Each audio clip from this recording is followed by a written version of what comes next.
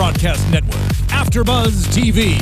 Over 20 million weekly downloads in over 150 countries, and your number one source for after-show entertainment.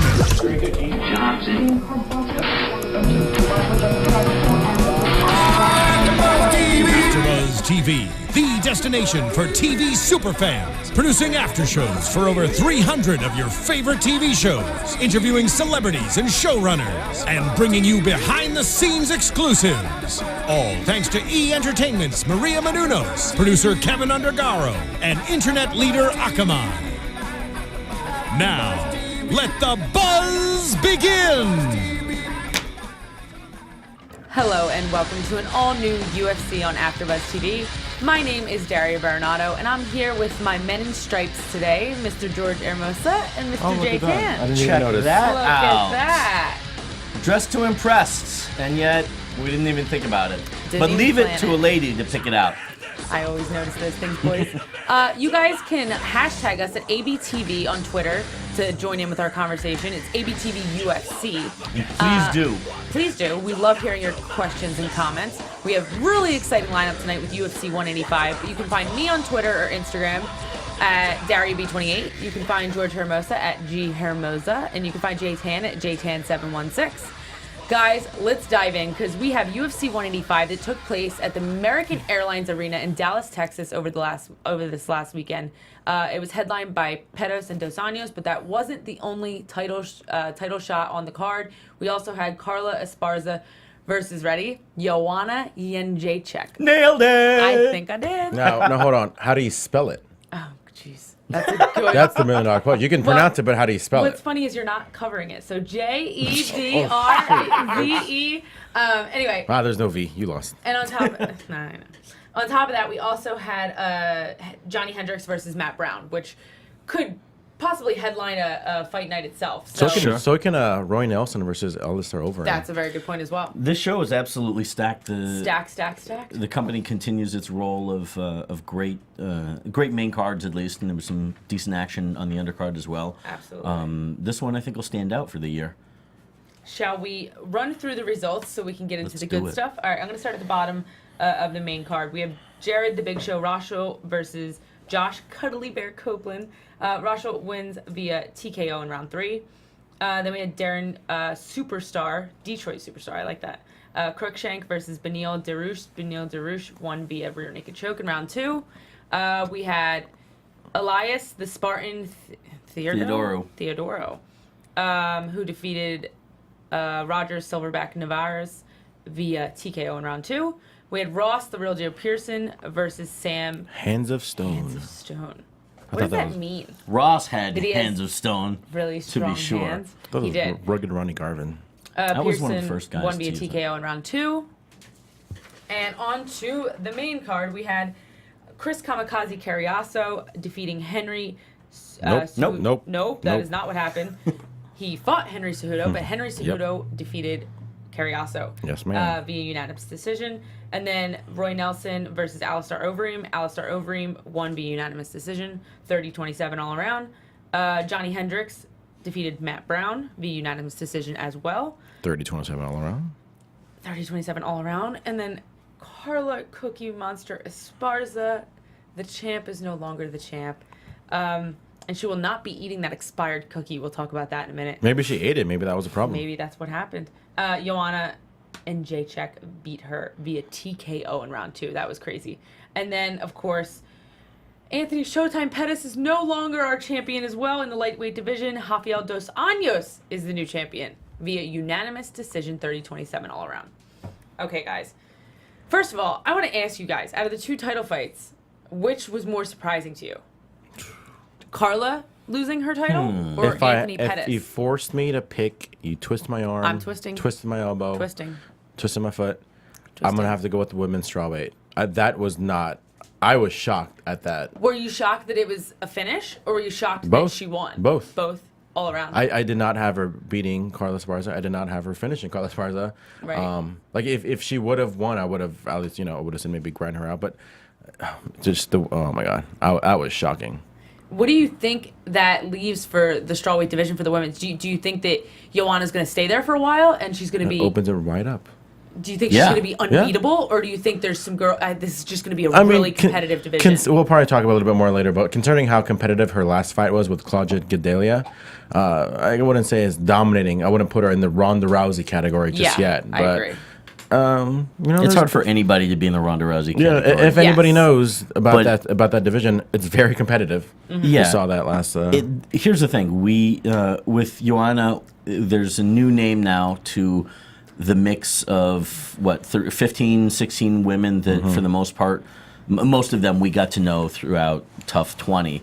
I think there's about 30 now in the strawweight division. Yeah, possibly so. But of the top 15, most of them were from the cast. And so Joanna, we've now seen her against two of them. One was a super competitive fight, which, as we talked about last time, against Claudia. She wasn't on the season, though. Right, no. But my point is that of the top 15 now, we've seen her against two people, Carla and Claudia. And I personally thought that Claudia eked out that match. I would have judged it or given her that match. But Joanna clearly is, she showed more skill, a better repertoire. I don't know how you want to phrase it specifically, but there's no denying that she had Carla's number that night. What were you more surprised at? I honestly more surprised with Anthony Pettis because I love Anthony Pettis. I love his striking. I think he's amazing, and Rafael dos Anjos, don't take anything away from he's obviously a fierce competitor. We saw that last night, but I really just thought Anthony was going to reign champ for a while. I didn't see anyone beating him in the near future. But that being said, I was clearly wrong. And Carla Esparza and Joanna surprised me as well. I definitely didn't think it was going to be a TKO in the second round. Yeah. But I was interested to see, because Carla Esparza, I look at Carla Esparza versus Tisha Torres, because that's the most similar matchup to Carla versus Joanna in the sense that that Joanna and Tisha share a high level stand-up game. Tisha Torres is a very high level Muay Thai striker, and when she fought Carla Esparza, that was almost zeroed out because of how good Carla's wrestling was to her. Every time she went to strike, she was getting taken down or defending a takedown. Even if Carla didn't finish the takedowns, she was too busy defending a takedown to use her striking. So I thought that something similar would play out with this fight, but Joanna clearly had a better takedown defense than Tisha, and was able to just get out of those bad situations so well. And even with the relentless wrestling tactics by Carla, she just persevered and had the better striking. I read a stat online somewhere, I think, that Joanna had stuffed like 16 out of 17 takedown attempts. I believe it. What impressed me, though, at least for the first half of the match, I thought Carla came out. She was working really hard for those takedowns. I thought I saw 2 in the first round, or at least the first half of it. So I'm not sure where the 16 out of 17 came. But regardless, she worked hard for them. She didn't get them easy. And from there, it seemed like Joanna figured out the game to stuffing and nullifying the takedowns. I wonder if that brought Carla out of her game at that point, out of her headspace, or if it was something else. I mean, certainly, all credit to Joanna. She figured out the key to to Carla's problem. I think a big part of when you fight someone that has such a high striking pedigree, or vice versa, fighting someone with such a high wrestling pedigree, is you go in there with these preconceived notions that that's what they're going to do to you. Even if you try to tell yourself, oh, be ready for anything. When you have that preconceived notion, you go in there like Carla Esparza is a wrestler. She's not going to land an overhand right and knock me out. You know what I mean? You go in there with those ideas in your head, and it's really hard to get them, to go away. And I think that Carla went in there with the mindset of, I'm going to wrestle her because she is a kickboxing world champ, and I will never beat her standing up. Even in that first round, you can tell just how that single leg takedown. Like, she just got on it and got on it and got on it. And if she was confident with her striking in this fight, we would have seen her maybe give up on the takedown once it became apparent you're not getting it, and strike, because there was opportunities to strike, especially like on the way out of the takedown and stuff like that. But she was takedown. When she didn't get the takedown, she got the hell out of there. But she didn't know what to do. She didn't know what to do. At this level, I think it's something other than. I have to assume it's something other than strategy, or I think it's something in that scenario, whether it was day of or just her perspective or something. Because at that level, and especially a team as well versed as Team Oyama, where Carla comes from, you don't go in there with just one strategy and not have a plan B or C. You know, I can't believe that they go in there and without having thought about other dimensions. I'm not saying that was her original game plan, but if you look at the fight, it's very apparent that all she wanted to do was wrestle. She wanted no part of Joanna's stand-up. That's what she was going for. Maybe it was after getting hit a couple times that she was like, "Whoa, I don't want to play there." Could be that, yeah. It could have been that. I'm not saying it was, oh, I'm gonna go in there and just wrestle. But like I said, sometimes you just have that subliminal, thought process of. Is it like you can't get out of plan A? You just keep going to that, and you almost forget plan B maybe or something like that? She was a collegiate wrestler. I mean, and you look at people that have been practicing one sport for so long, Ronda Rousey, judo forever. If she ever gets in a bad situation, I guarantee you her fight or flight will be her judo. I get what you're saying, but I think that's less of a scenario at that high level when you're a UFC world champ, and certainly Carla as well for as long as she's been training.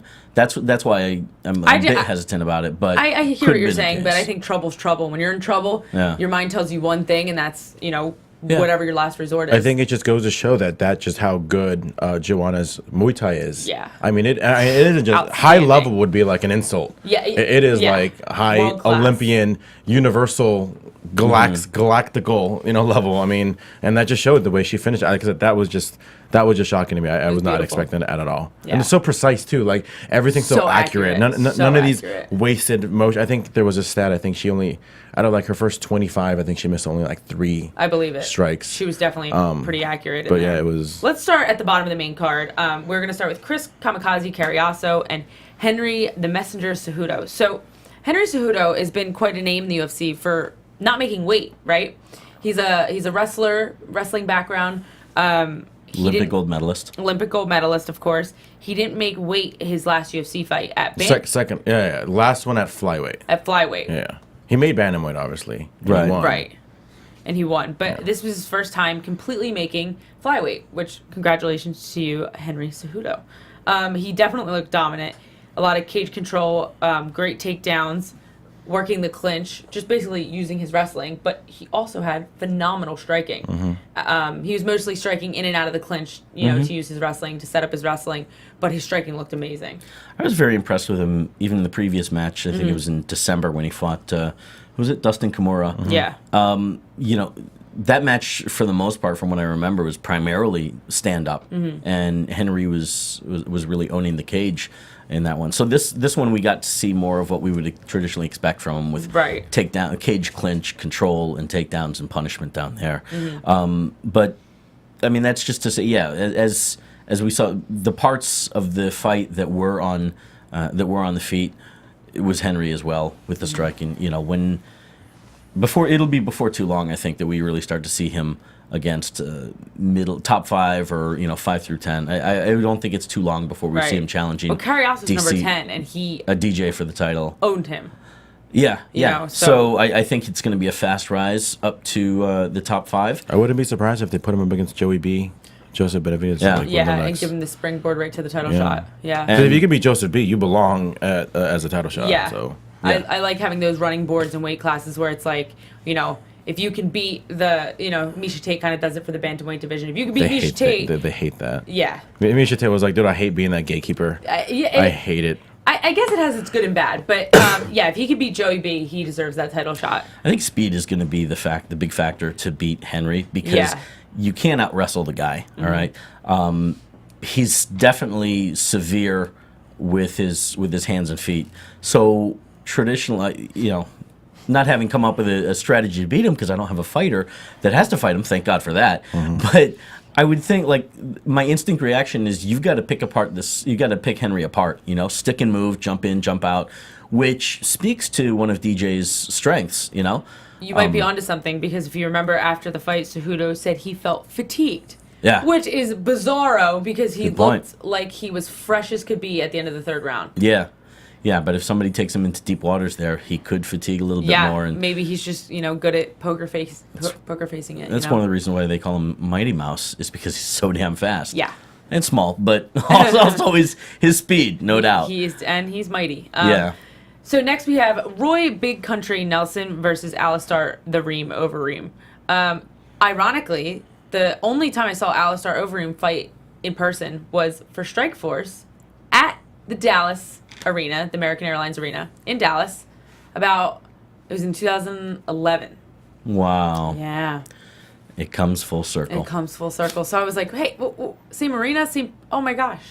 And that was the Fabricio Verdum fight, correct? Yes. So we looked Fabricio that up. Verdum, yeah. Gotcha. And it was the first live MMA event I've ever been to. And I You was saw like, him look much better in this one than that. my God. Yeah. And then just 2 weeks ago, we interviewed Fabricio Verdun, and now you're watching Alistair Overeem. Oh my gosh.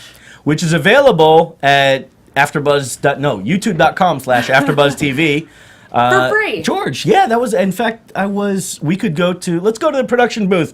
CEO and big top dog Philip of AfterBuzz TV. Was that possibly one of our only Spanish interviews for AfterBuzz TV? Do you know? Absolutely. It was. That is Boom! so impressive. Listen, okay, so let me tell you how it happened, guys. We were at the Invicta FC 11 fights in Los Angeles, and we saw Fabricio Verdum, and me and Jay were like, oh my God, we have to get this interview. So we're like, Fabricio, can we get an interview? Nope. He goes like this, and he goes, wait, I don't do interviews ever. And we're like, No, you're making him sound like such a bad guy. Yeah. well, I mean, wait, that I'm sounded. make him sound like a great guy. Hold on.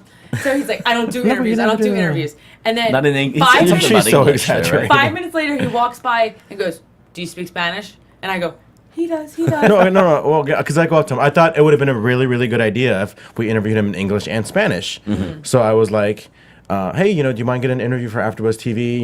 One in English, one in Spanish. He's like, no interviews. But he seemed very shy. He didn't do no, I don't do interviews ever. Obviously he had a lot to do. He was cornering Cyborg that night. No, he's a sweetheart. But go Yeah, I ahead. know. So then, I mean, he came and found us. It's not like Yeah. we asked him again. I know, he came right back up to you and Like, was like, do you are speak Spanish? are you still free for the interview? I'd feel a lot more comfortable in Spanish. I'm like, absolutely. The gist of so- it was just that he simply didn't want to do interviews. But anyway, in George English. Hermoza saved the day because he spoke Spanish and he did the whole interview in Spanish. It was really Nailed it too. Go Nailed watch it. it. No, I didn't. I There's a thought so. couple. Oh yeah, because you guys don't speak Well, I don't Spanish. speak Well, Spanish. yes. It's not good to me. If you don't speak Spanish, it's an excellent interview. Go check it out. Nail that thing with some hits. Oh, that was funny. There's a couple we had a others lot as of well. good interviews that night. Yeah, go That's check right. it out. The Reem. The Reem. Yeah, he okay. is back and forth with his little career since coming to the UFC. Of course, coming through the gate, beating Brock Lesnar with a brutal kick to the midsection. Yeah. Ending Brock Lesnar's UFC career, maybe temporarily. Maybe temporarily. His Ending that run at least. kicks honestly looked amazing. Even this like in the fight. beginning, you saw him really kind of do that front kick that everybody hates. He was doing the John Jones front kick. He was The doing Anderson legs. Silva. Yeah. the leg kick to like the shin bone almost, which doesn't seem fun to me. And I but- think it rocked them really a lot overall in the beginning. Yeah. It really affected Roy Nelson's game. Then he had those kicks to the midsection and it just looked Roy Nelson's side. Roy Nelson's entire stomach Didn't quite get purple, but there was a whole lot of red going on bruised there. and red and Yeah. just about purple. It really looked painful, and he threw a couple head kicks, and I was like, oh, if those would have landed, those would have been brilliant. This was a really strange match in that Thank you. Say I it. Yep. even knowing the result, I knew the results before I got to see the card, before I got to watch it. And there's a lot in that match where, unfortunately, neither guy was really throwing. Both guys were really either measuring each other or hesitant about throwing, lest they catch a counter shot or something. And I'm not sure. I feel like I remember hearing some boos sometime throughout the match, maybe the second or third. That said, it was a really compelling match to me. For whatever reason, I was on the edge of my seat waiting to see when somebody was going to throw and who was going to land a knockaway or a walk-away punch, Yeah. to end the match.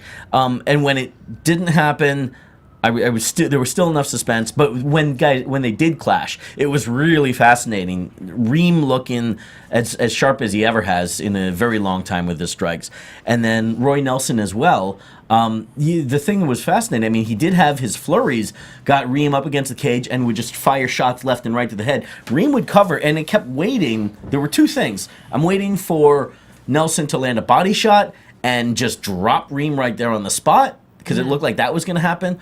Or I kept wondering, there were times when Roy would just stop and not fire as well, and the three of us were sitting around going, dude, what are you doing? And he would grab for a double leg, which I never understood. Overeem seemed very calculated in this fight. He seemed very efficient with his time and his energy, because I think it's important when you're fighting as a heavyweight. I'm sure, obviously cardio is a factor for them, much more so than, the flyweights.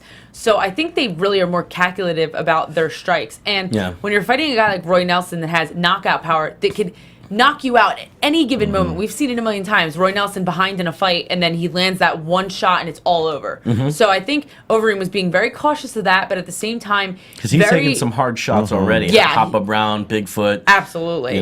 But he was moving well. He actually ran away from Roy Nelson one time, which we thought was kind of funny. And that was one of those runaways where if you saw anybody else do it, you go, okay, that guy loses the round. Yeah, but it wasn't. But Reem had already dominated it wasn't pathetic. It was kind of like, he was getting out of a bad position. It was getting out of a bad position, and he did it. And so I thought he did really good. He looked really good. He kind of threw Nelson to the ground at one point, which showed complete dominance. And I think I think he owned that fight. He looked really, really sharp. Maybe the sharpest Alistar Overeem we've seen. Definitely recently. Yeah.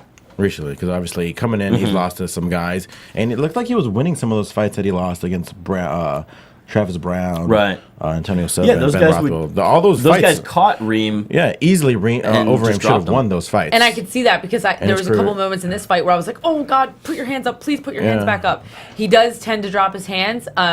And it scares me because, once again, they're heavyweights. So at any moment, one of those punches can drop you. So I think if he keeps that high guard like he did in the beginning, he's going to be unstoppable. Is Junior Dos Santos fighting anytime soon? That's a fight that's kind of long overdue. It's a very good question. Let's look it up. The magical rankings, and we'll see. Because obviously Fabricio is fighting I'm trying to remember. Cain Velasquez. His last match, it doesn't look like he's got anything officially booked right now. I see his last match was in December against Stipe. And nothing else. So I'd love to see officially Overeem against one of those two guys, Stipe Miocic or Junior Dos Santos. I would like There's to a lot that. of history with Overeem and Dos Santos dating back a few years. They were supposed to fight, but then Overeem tested positive, et cetera, et cetera. Oops. Yeah, but we'll see what happens. We can't ignore that huge hook that Nelson landed at the end of the third round that dropped Overeem. I thought it was all over there. I was like, no, it's going to happen again. Because you're right, it tends to happen to Alistar Overeem. He runs the cage, owns the fight, and then that last second gets hit by a big punch. Yeah, well, I think those finishes, those losses to Travis Brown and Bigfoot, were they earlier in the fights, or do you know? I believe first or second. Okay. Two of them were in the first round, and then Antonio Silva was in the third round. Okay. When you take enough shots like that, and the career that Overeem has had, the length of it, and the road wear, when people talk about you're never the same fighter after big knockouts, that would tend to be the case, at least on paper, for Overeem. Right. Didn't necessarily look it in this match, but who's to say that we won't see that necessarily, in the future? So there's something to be said for that. Yeah, I like the idea of him versus JDS. Or Miocic. I think he would. I think he would have his time with Stipe there. With Roy Nelson taking a page out of the Donald Cerrone book, he hit up Dana White and said, "Dude, I want to fight. I want to fight tomorrow." He's good. He's ready. Well, I mean, I don't think there's really much weight he has to cut. So. Did you hear the little Donald Cerrone Ronda Rousey story? It was kind of cute. No. They hung out in Dallas over the weekend, and they were drinking together, hanging out together. I don't know if Ronda was drinking, but Donald, of course, was. And they were talking, and she was like, or he was like, "What do you think about fighting guys?" or something like that. And he's like, "You can't beat me." And she's like, "We have gear. Let's do it right now." Like, dead serious. And he was like, "Respect." And apparently that's how Donald Cerrone gained his respect for Ronda Rousey.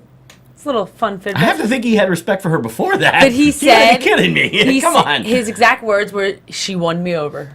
So... Okay. Well, Yeah. if he wasn't won over long before that, I'm surprised. But Stipe's fighting Mark Hunt.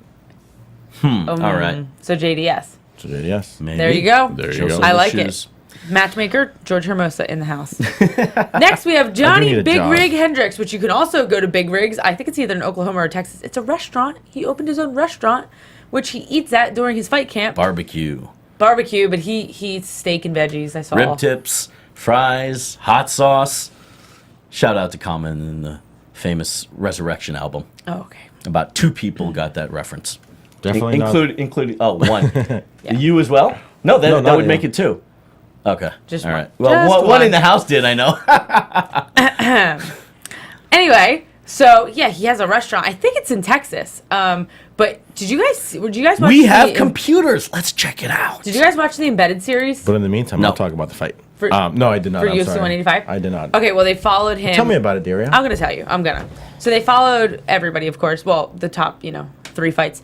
And they followed Johnny Hendricks all around, Texas. And he was in his huge truck. I don't even know what it's called. I think it's called like an 850 or something ridiculous like that. It's a Ford. And it's like, so giant. Like, it's a monster truck on steroids. Was that it? It was really Oh, cool. wow. Okay, Well, cool. I'm glad That's it's cool. the truck and not It's Johnny. his big rig. Okay. It's his big rig. And he was driving it. Big Rigs Steakhouse, 1000 East Main Street, Suite 207, Midlothian, Texas. Texas. Midlothian, whatever 6 that is. reviews, only 2.5 stars. Don't know about that. That's okay. It's in the middle of nowhere. Not a lot of people, Don't say that about the people of Midlothian. what's it called? Midlothian. Midlothian. Yeah. Maybe not a lot of people go, on the internet to rate it, but maybe it's a great restaurant. If we ever drive through Texas, we have to go to Big Rigs. How about that? Dude, done deal. Done deal. And we'll hit up Johnny for I'd some. fly there some- for it specifically. Yeah, that'd be cool. Yeah. So this match then, anyway. He beat Matt Brown via unanimous decision, 30-27. Great. I thought Matt Brown had really good defense. Obviously Johnny Hendricks won the wrestling game, and Matt Brown was not getting out of those bad positions. But he was trying for a while. He had a couple reverse kind of inverted triangle He was going attempts. for inverted triangle. What was that in the 3rd round? Yeah, I think he had 2. He was in it for as much as he could be. I mean, Right. dealing with Johnny's wrestling is a big it's a big challenge. And for his when he could get off the cage, when Matt Brown could, and when he could throw, he was throwing hard, just as Matt Brown would. But Johnny had that strategy. It's when a wrestler decides that he's going to wrestle you, notwithstanding the Carlos Barza match. Yeah. Not always. It's hard to overcome that. Obviously, you striking your ass off and keeping them against the cage is one way Right. of overcoming that. But but Matt wasn't able to do that. But he did challenge, from the ground. He did what he could. Yeah, he definitely did what he could, but it was Johnny was safe in top position, side control a lot of the time as well. Yeah, he played in his guard a while too, and there was definitely no fear for Johnny Hendricks. He seemed to pretty much control the ground game. Really good Muay Thai by Hendricks as well. He seemed super calm in there. He's always most of the time he's calm in there, but he seemed extra calm, and I was just like, Johnny Hendricks on fire. I love it. Where do we put him next? Tyrone Woodley. Tyrone Woodley and Johnny Hendricks. Because I think Dana White was, as that. Hendricks was as well, not impressed by, as GSP would say, not impressed by your performance. Yep. You never saw that, did you? No. It's MMA before Daria's time. Yes. Yeah, I think before she was born. I was born the same time UFC 1 was born. Oh, but this was in 92. So technically, if it was before UFC 1, This was in 92. it was that was before me. So I'm really old. But no. Hendricks sometimes like, I'm not impressed. I wanted to finish. I wanted to impress. Dana White agreed. He said he might need to get one more fight before he gets that title shot, which is happening, I think May, June. Robbie Lawler versus Rory and Robbie? Rory McDonald. Rory McDonald, yeah. So maybe Hendricks and Tyrone Woodley. But is Tyrone fighting soon? I'm looking at Isn't he the injured? rankings here. I think he's coming off I mean, of his Condit's coming back injury. from an injury, I think, No, but I think he's he- scheduled against Eric Silva. I saw Tyrone Woodley post an Instagram video the other day. He was on crutches. Woodley beat Gastelum at the end of January. Oh, I should yeah. remember. That was just a month ago. Yeah, it just happened. Does he have any fight anytime soon? No, I don't think he has anything. no, he's still injured. Was there a foot? I think it was a his foot foot, injury, yeah. right? Yeah. Foot or his knee or his leg, something Right. on the bottom half. So yeah, Johnny's at 1. I mean, you're looking for. Unfortunately, the problem is it's anybody below that. The opportunity is for anybody below that. It's not Johnny. Johnny is just like the place. Any match for Johnny is a placeholder. I for would that say number Hector 1. Lombard, but He just got busted Oh, there is that. for yeah. roids. Matt Brown done. Carlos Condit coming off injury. Yeah. Tyrone, we Injured. think you got to sit around for a little bit and wait. Yeah. You wait and see. Maybe, God forbid something happens to happens. Robbie or Rory. Sign Ben Askren. There you go. Be close to the phone. Yeah, that's going to happen. Yeah. Yes, and But stick him not. in the first match in the title match. I like watching Dana. There goes your matchmaking credit, I'm saying George. Ben Askren versus Johnny Hendricks. Oh, okay. Yeah. Interesting. And Yeah. I get my matchmaking back. I misunderstood you. My bad there. Yeah. Because nothing else makes sense. Nothing else does. There- yeah, there's Kinda nothing to see do. what happens for the moment. It's kind of like a I standstill mean, in if that weight Condit class right beats, now. but the Condit, I mean, I guess that was years ago. Condit will beat Eric Silva, but Hendricks and Condit already fought years ago. But then again, years ago. Years ago. Yeah. This is definitely a new Johnny Hendricks. A new and improved. I like this Johnny Hendricks. So we'll see. Okay, let's talk about the first of our 2 title fights of the night. Carly Cookie Monster Esparza versus Joanna Jędrzejczyk. Okay, so what happened at the weigh-ins? Joanna gave Carla a cookie and it was expired? Well, I mean, it was like, hey, here's a cookie because I heard you like cookies. Right. Just being friendly and have weird little. Was Joanna it? has that I kind didn't of. get. I have to say I didn't see the weigh-in, so I'm not quite sure. Other Oh. than that very quick clip. But Joanna's always got that weird, not the stare down because she's looking up. Stare Yeah. up. Yeah. Yeah.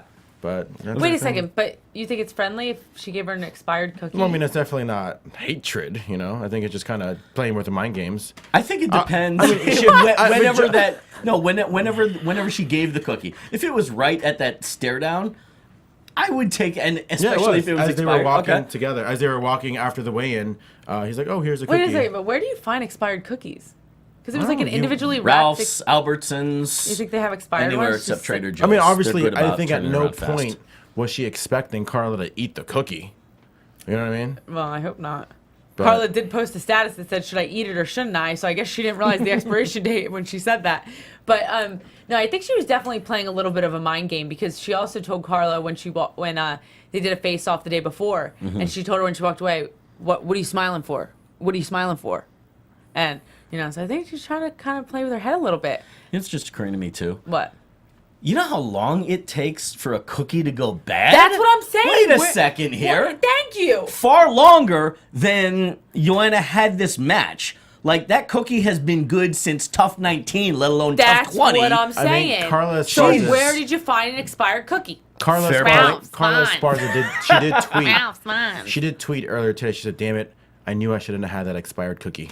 Oh, she did? LOL, JK. She said that? Are you making this up? No, So we don't Oh, know if that's she funny. had it or not. Well, but I mean, Or at least she's able to smile about it JK. the next day. yeah. You know? Well, but what is the truth? Did she have it? Or she just said, Oh, no, I no. knew I shouldn't have had that cookie. No, because then I remember, I'm sorry, she posted after that the UFC staff told her not to eat it. Okay. Oh, no, never mind. That's a fan that gave her cookies. That's not the Joanna cookie. Oy. They probably advised her the same, though, with the Joanna cookie. I mean, I would definitely trust Joanna even though before it I was- would trust a fan. Yeah, even no, though it a was after fan the gave weigh-in. her a thing of homemade cookies, and they said Yeah. she's like, "I would love to eat these, but the UFC staff told me I can't." God knows what's in them, and I might test positive. Jeez. Oh, that's funny. These are special cookies. Yeah, well, you never Just know. make sure you eat them after your 24 hours after your match, out of competition. Yep. Well, whether it was the sour cookie, a lot of people were commenting on Carla Esparza's face when she was walking out. But that's her normal face. If you've ever seen her walk out, she always has that kind very of serious. monotone, serious. I mean, not everybody can have that Ronda Rousey mean mugging face. No? That she comes, Right. 'cause that's one. That's one in a That's million. unique, yeah. No, but she literally she has a poker face. You don't know what expression she's Yeah. giving. Mm-hmm. Well, I tried to look at her and I was like trying to read her and I was like, I don't know what you're trying to portray. But Mm-hmm. so she's kind of hard to read. So I don't think she looked bad or anything on her way out. I think she looked the normal Carla. Mm-hmm. So I wonder if the head games played a factor. What do you guys think? Do you think any of that I don't mattered? believe it, You no. think it's too high of a level to let that stuff get in the way? Or Yeah, between too professional. the team, Carla and her training experience, I don't know what it is. In the post-fight interview, I think I don't want to misquote her, but I think she had said something about just she didn't feel right. She wasn't. She said she didn't wasn't feel there herself. Yeah, Yeah. exactly. I mean, she kept That- emphasizing the whole, no excuses. She was better. So the fact that she kept mentioning that kind of felt like she wanted to say something, but she didn't want to, because Right. a lot Yeah, of people. it led us to believe that because she said in the post fight interview, she said, personal things play a toll in fights, and so do injuries. But I'm not making any excuses. So that leads me to believe, the journalist that I am, that there was possibly a personal problem or an injury. But hey, maybe we'll find out in coming at the days. end of the day, I hate to use a cliche, but you've just got to make sure that you are at the top of your game on that day. Fight day is the only day that matters. All the work goes into every day, the 2 or 3 months before that. Right. But you can have those good and bad days. The one day that you've got to be on your game is fight day. Yeah. And you've got to hope that the other person is not quite on their game as much so that you can win. Well, it's a really weird thing, because it's like kind of like a superstition that every fight something goes a little bit wrong. You know what I mean? Because you try to make that day, as a fighter, you try to make your fight day perfect. Everyone does it.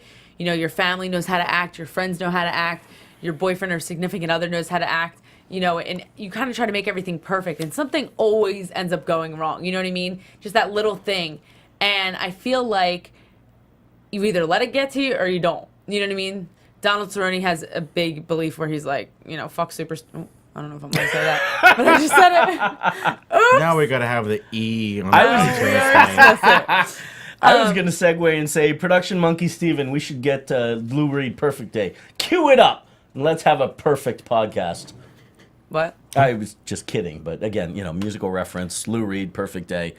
You guys know that those days just they just kind of happen organically, spontaneously. You can't plan it for fight day. You try as much as you can, and that's what the 2 or 3 months of training is for. For it to be as close to it's a great song. You don't know what I'm talking about? Nope. And anyway, again, Lou Reed came before your time as well. I'm sure he did. Or she. So, Ronda Rousey, is this the song? Ronda Rousey's mom used to make her do competitions while she was sick, just to get her in the habit of, your fight day's never going to be perfect, but you still have to perform. So she used to she would have little injuries, and her mom would be like, all right, go do a judo tournament.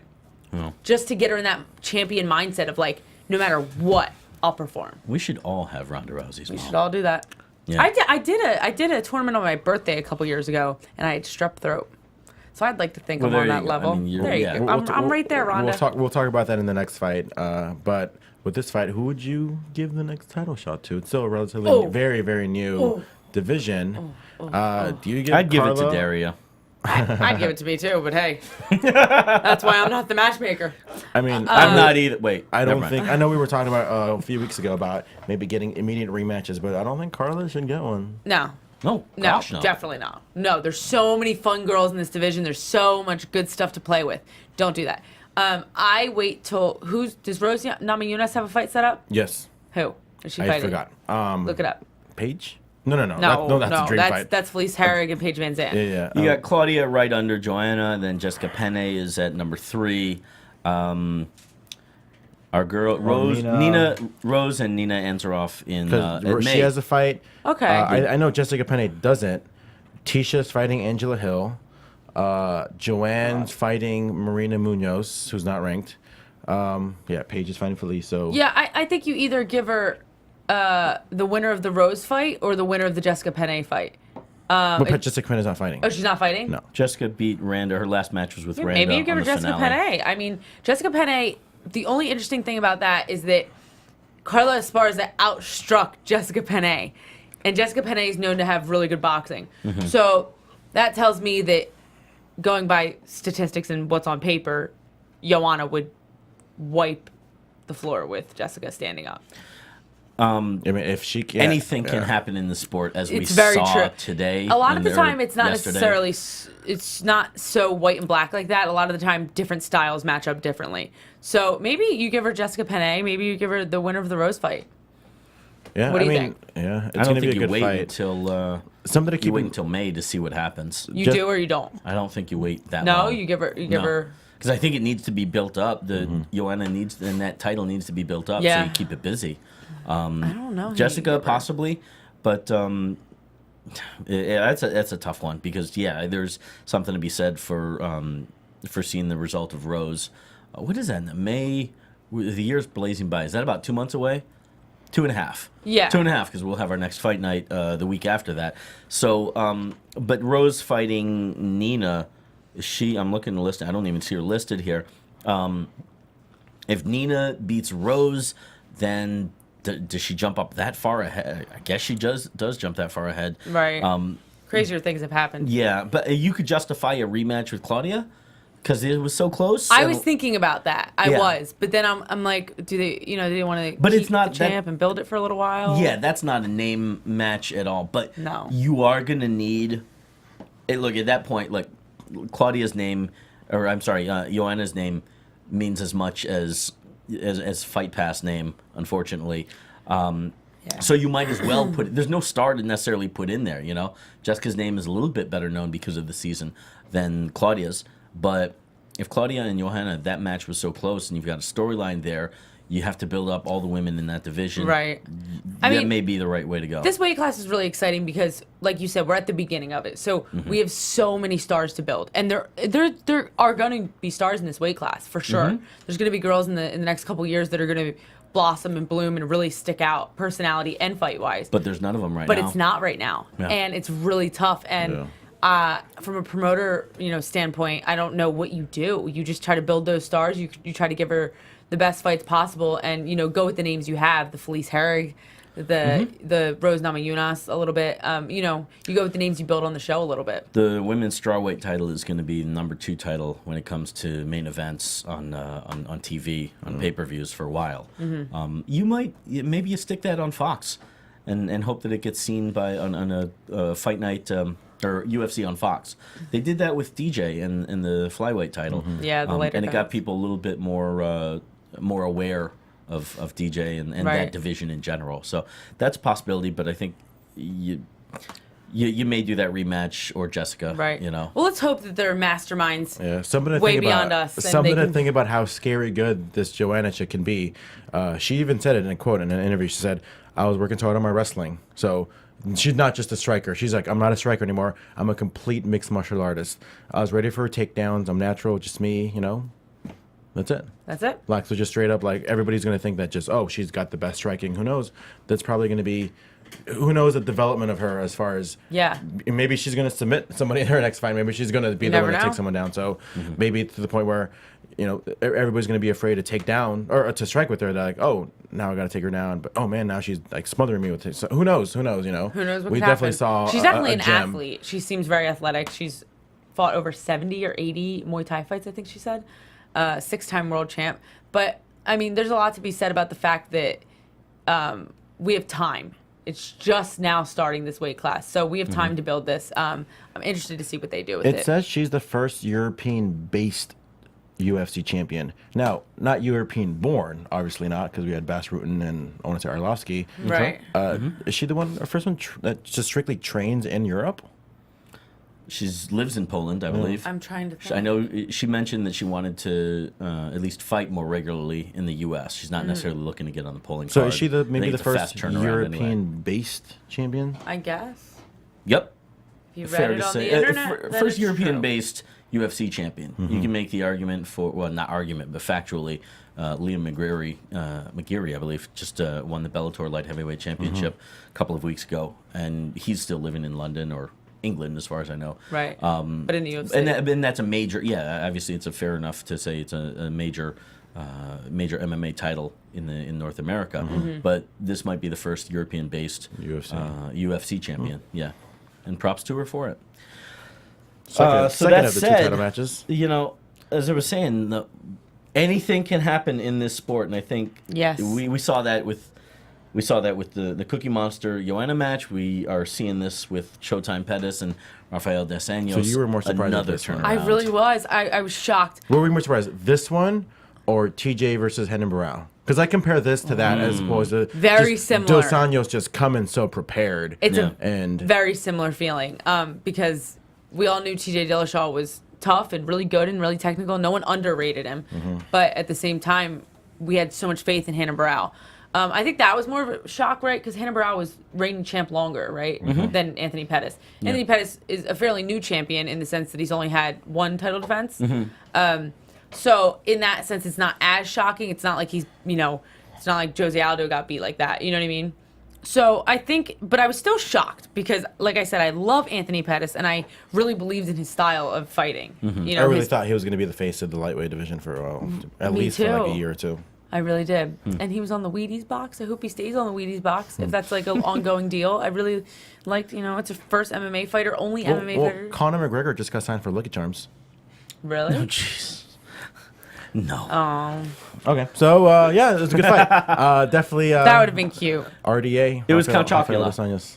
No, Count wasn't that Chocula. what surprised me, just in general, was that these matches were not more competitive than they were. It didn't surprise me that Dos Anjos won. I think he did a decent shot at it. And Johanna, I expected that one to be kind of a barn burner. More of a 50-50 even challenge going to decision than it was. So that said, though, Dos Anjos clearly was at the top of his game.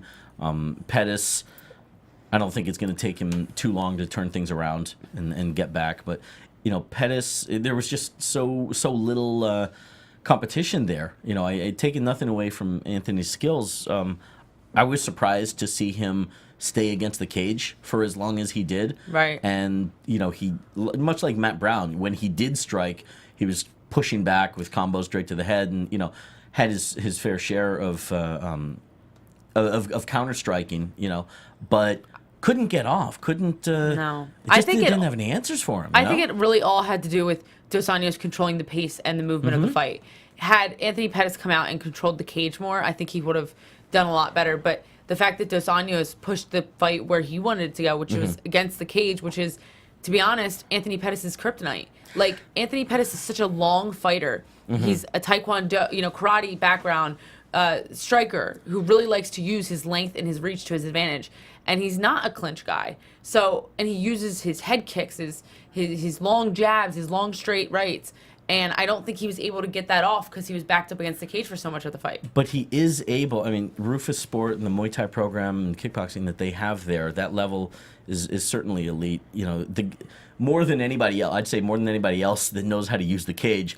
Talk about Anthony Pettis, just from the Showtime kick itself. Granted, that wasn't him coming off the cage, but nobody else has used the cage like that. Yeah, I mean, I'm not saying he doesn't know how to use the cage, but he's definitely a better fighter when he's in the center of the cage, owning the distance, and he didn't do that today. And that's what's baffling is why he wasn't able to get to the center. Of course he knows how to get off the cage to the center and turn around positioning. Well, some people's pressure is just so tough that you can't get off. Yeah. It's not that you don't know how. It's just sometimes the pressure is so tough and your vision kind of goes, your peripherals go away, figuratively. You can't really see what else is out there. Yeah. And you get stuck in the moment in a brawl or in whatever situation you're in. Yeah. It's a lot different when you're in there. Yeah, and it speaks to the dominance of Rafael dos Anjos there. Yeah, he did amazing. Speaking of what we were saying last fight, Dos Anjos came in with an injured MCL. He injured it a few weeks ago. Did they say it was torn? Partially torn. Partially torn. See, that's interesting. I don't understand that injury because it was a similar injury that Heather Jo Clark had and still fought with. She had a torn ACL, right? I believe so, because she was out for a while. Yeah, it was a torn ACL, and she fought with it torn. And then now she's Did she fight with it? She had to pull out, didn't she? No. Oh, after the Felice fight. After the Felice fight, Right. she fought with it, but then somebody else got a torn ACL, and it was like, It was Justine Kish, right? Justine Kish, and she was out immediately. So maybe there was a difference in tearage. Maybe one was way worse than the other. I don't know if that's like a factor, but it's so weird that to be fighting on a torn MCL. Do you have details there, George? It just says that he popped his knee, got a strong knee. He didn't do open kick and open workout. He didn't grapple. So kind of have that layoff and then still kind of dominate the way he did. That's pretty impressive. Wow. Well, sometimes when your back is up against the wall, he was close to pulling out of the fight. When your back is up against the wall, really? You refuse to get your back up against the cage. Boom! How about that? Marinate on that one for a while. I guess it was bad, but I guess not bad enough to have surgery. So I guess that means a lot, to be honest with you. It's so interesting though. I mean, I've knock on wood never had those injuries, so I don't know what that feels like, but I can't imagine going in with such a big injury. Good night of fights. Clearly didn't affect him. So there were 17,000 people in attendance. It's a pretty good turnout for Dallas, Texas. They said that the fans seemed very educated.